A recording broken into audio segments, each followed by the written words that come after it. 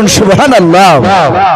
মাত্র দুটো নবী, তার মধ্যে থেকে এক নম্বর নবী হচ্ছে আপনার আমার নবী মুহাম্মদ রাসূলুল্লাহ সাল্লাল্লাহু আলাইহি ওয়াসাল্লাম। এই নবী জঙ্গলের উটের সাথে কথা বলেছে। আমার বিশ্ব নবী রাস্তা দিয়ে হাঁটতে ছোট ছোট পাথর নবীকে সালাম দিয়ে নবীর সাথে কথা বলতেন, বলুন সুবহানাল্লাহ।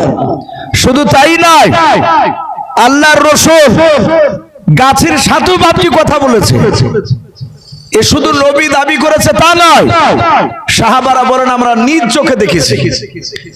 যারা এখানে হাজী সাহেব রয়েছে, সৌদি আরবে গিয়েছেন, মদিনায় পা রেখেছে, মসজিদে নববীতে বাপজি এখন তার ওই গাছটা নেই। আল্লাহ রাসূল যখন মক্কা থেকে মদিনায় গিয়েছিলেন, নবী সাহাবাদেরকে নিয়ে, মদিনার লোককে নিয়ে ওখানে সর্বপ্রথম একটা মসজিদ বানিয়েছিলেন। মসজিদটার নাম ছিল মসজিদে নববী। ওই মসজিদটা ছিল বাবা খাজুর পাতার ডাল দিয়ে বাপজি বেড়া দেওয়া, বলুন আলহামদুলিল্লাহ। খাজুর গাছের ডাল দিয়েছিল ছাদ। সাহাবা আবু বকর সিদ্দিক রাদিয়াল্লাহু তাআলা আনহু বলে আল্লাহ রাসূল সিজদায় যেতেন, আমরা সিজদায় যেতাম। আকাশ থেকে বৃষ্টি পানি হলে আমার রাসূলের কপালে কাদা লেগে যেত, আমাদেরও লেগে যেত। আজ তো কত সুন্দর মসজিদ আমরা পেয়েছি। ওই মসজিদের ভিতরে আল্লাহ রাসূল যেখানে নামাজ দাঁড়াতেন ওটাকে মেহরাব বলা হয়। ওখানেই বাপজি একটা খাজুর গাছ ছিল, ওই গাছটা নবী কেটেছিলেন না। গাছটাতে বাবা কেতাবে লিখেছে ওই গাছটার নাম বিশ্ব নবী রেখেছিলেন উস্তুনে হান্নানা। কি নাম বললাম? উস্তুনে হান্নানা, ওই খাজুর গাছটার নাম। আল্লাহ রাসূলের সেই সময় মসজিদে নববীর ভিতরে মিম্বার ছিল না। ওই যে জুম্মাতে ইমাম সাহেব দাঁড়ায় তিনটা ধাপিতে একবার খুতবা পড়ে বসে, ওই তিনটা ধাপির মধ্যে ওটা ছিল না সেই সময়। আল্লাহর নবী আমরা যেমন বসে, আপনারা বসেছেন, আমরা চেয়ারে বসে আছি। আল্লাহর রাসূল বসার সেখানে জায়গা ছিল না। নবী আমার ওই উস্তুনে হান্নানা খেজুর গাছটায় পিঠ লাগিয়ে দিয়ে আমার বিশ্ব রাসূল সাহাবাদের দিকে তাকিয়ে ঘন্টার পর ঘন্টা তিনি বয়ান করতেন। সাহাবারা বলেন আমরা অনেকগুলো সাহাবা ওখানে বসে বসে কথাগুলো শুনছিলাম। আল্লাহর একজন নবীজির বিশিষ্ট বাপজি সাহাবা, যেনার নাম কিতাবে এসেছে বাবা আনাস বিন মালিক রাদিয়াল্লাহু তাআলা আনহু বলে নাও। ওই সাহাবা বলেন আমি নবীজির কথাগুলো শুনছিলাম। নবী কিছুক্ষণ ধরে নাই, প্রায় ঘন্টার পর ঘন্টা আলোচনা যখন করতেন, বিশ্বনবী আমার দুই পায়ের মধ্যে বাপজি সমান করে ভর দিতেন না। কোন সময় ডান পায়ে ভর দিয়ে নবী আমার বাম পাটা একটু উঁচু করে ধরে থাকতেন, আবার কিছুক্ষণ পর বাম পাটায় ভর দিয়া আল্লাহর নবী ডান পাটা বাপজি আপনার উঁচু করে ধরে থাকতেন। সাহাবা আনাস বিন মালিক বুঝতে পারলেন আমার নবীর কষ্ট হয়। আল্লাহর নবী জনাবে মুহাম্মদ রাসূলুল্লাহ সাল্লাল্লাহু তাআলা আলাইহি ওয়াসাল্লামের জন্য বাবা ওই আনাস বিন মালিক রাদিয়াল্লাহু তাআলা মিম্বার জাতীয় বাপজি যে আমরা দেখতে পাই, ওই তিন ধাপি বিশিষ্ট বাপজি যেটাকে মিম্বার বলে, ওটা আল্লাহর নবীর সাহাবা আনাস বিন মালিক তৈরি করে নিয়ে এসেছিলেন, বলুন সুবহানাল্লাহ। আল্লাহ রাসূল তাতে বসলে ওই যে গাছ উস্তুনে হান্নানা হঠাৎ করে কাঁদতে লাগলো। নবীর সাহাবারা বলেন আমরা চারিদিকে তাকালাম, এখানে বাচ্চা ছেলের মতো কাঁদছে। বাচ্চা ছেলে কে নিয়ে আসলো? সাহাবারা বললেন ভালো করে লক্ষ্য করে দেখলাম কোন বাচ্চা দেখতে পাই না। আমার রাসূল এইভাবে পেছন দিকে ঘুরে দেখছেন, গাছ কাঁদে। কলা গাছে ঠোকা মারলে যেমন পানি বের হয়, খাজুর গাছটার গোটা বডি দিয়ে বাপজি আপনার পানি ঝরছিল। আল্লাহর দরদি নবী জনাবে মুহাম্মদ রাসূলুল্লাহ সাল্লাল্লাহু তাআলা আলাইহি ওয়াসাল্লাম গাছটাতে হাত দিলেন, ওই খাজুর গাছে গাছটা কান্না বন্ধ করে দিল। নবী বলেন এই উস্তুনে হান্নানা, তুই কাঁদছিস কেন? বলে নবী, আপনার রহমতের বডি থেকে আজকে আমাকে বঞ্চিত করে দিলে। বাবা, এ আমার বিশ্ব নবী গাছের সাথে কথা বলতে, পাখির সাথে কথা বলতে, এক নম্বর নবী। দুই নাম্বার নবী সারা পৃথিবীর মাকলুকাতের কথা বুঝতে পারতেন, বলতে পারতেন। তিনি ছিলেন হযরতে সুলাইমান আলাইহিস সালাম। উনিও জিনেদের সাথে কথা বলতেন, পাখিদের সাথে কথা বলতেন। সুলাইমান বললেন, এই পাখি তোর নাম? বলে আমার নাম অনুকা। বলে তাই? বলে হ্যাঁ। বলে থাকিস কোথায়? বলে হুজুর আমি পাহাড়ি এলাকায় থাকি, আমি শিকারি করতে করতে এখানে চলে এসেছিলাম। পাখাটা চলবে না নাকি? একটু সাইড দিয়ে ভাবে ঘুরে দিলে হবে। সাথে হাতে বাবা ডাক দিয়ে বলল, এ নবী সুলাইমান, আপনি তকদির সম্পর্কে কি বলবেন? বলো। ঠিক আছে, আর একটু হালকা দিকে করে দেন, হালকা দেখি। ঠিক আছে। আল্লাহর নবী জনাবে মুহাম্মদ রাসূলুল্লাহ সাল্লাল্লাহু আলাইহি ওয়াসাল্লাম বলেন, সুলাইমান বলেন, পাখি তুই এখানে এসেছিস কেন? বলে আমি চড়াই করতে করতে আপনার এরিয়াতে এসেছিলাম।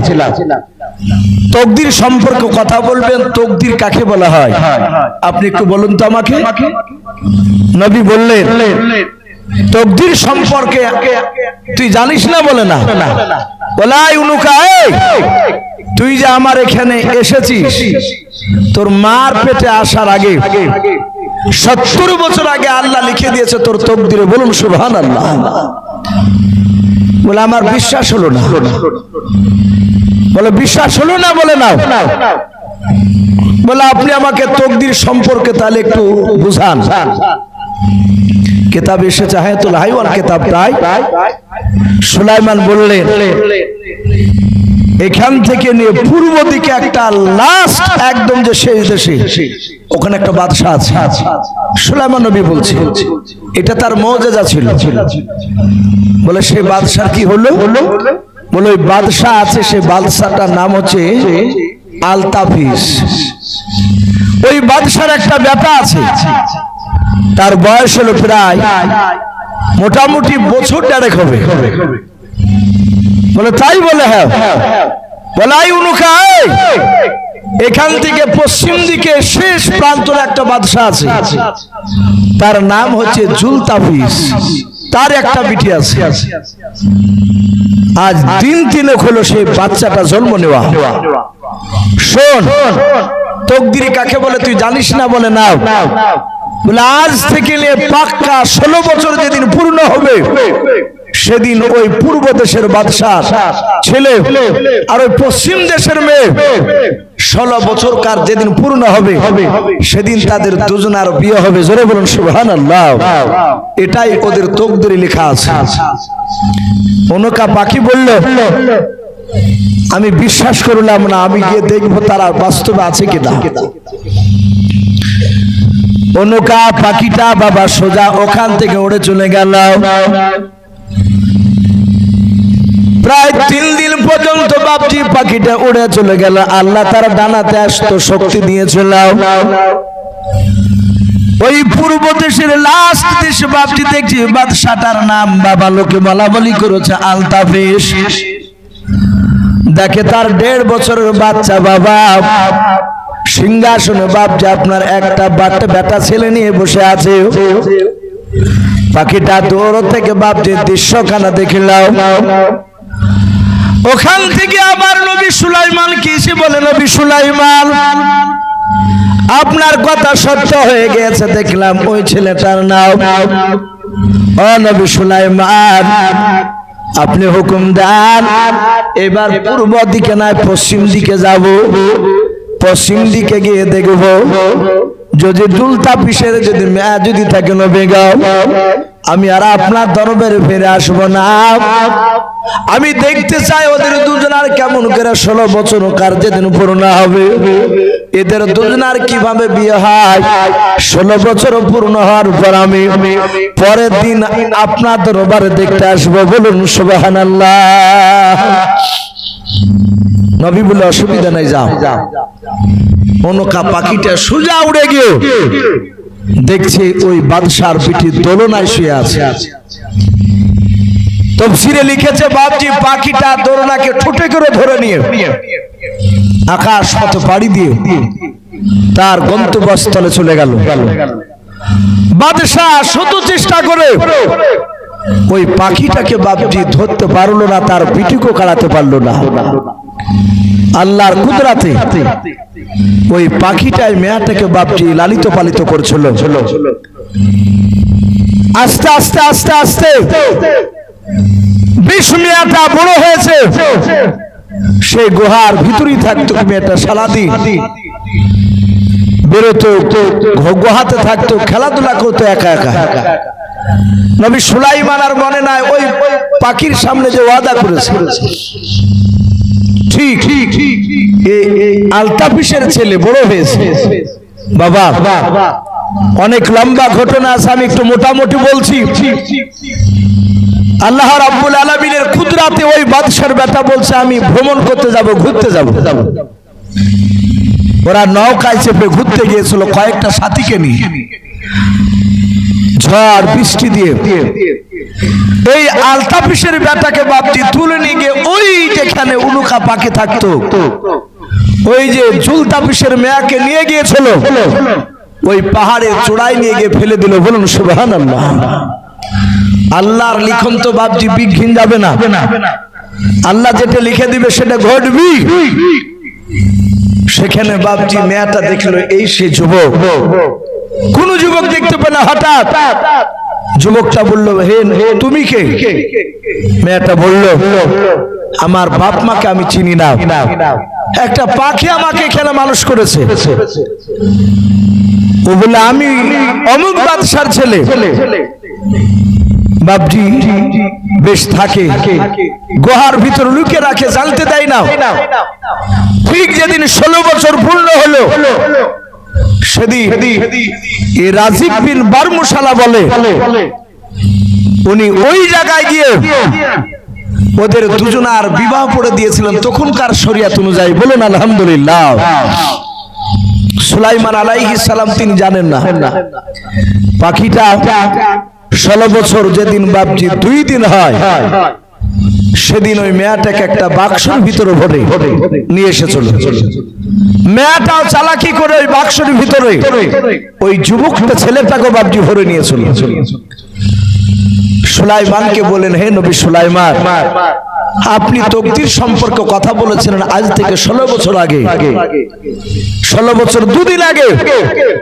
এই নবী আপনি বলুন পশ্চিম দেশের আমি এই জুলতাফিসের মেয়ে দেখেন বাক্সের ভিতর ভরা আছে, আমি তাকে নিয়ে এসেছি, আমি তাকে ছিনিয়ে নিয়ে গিয়েছিলাম।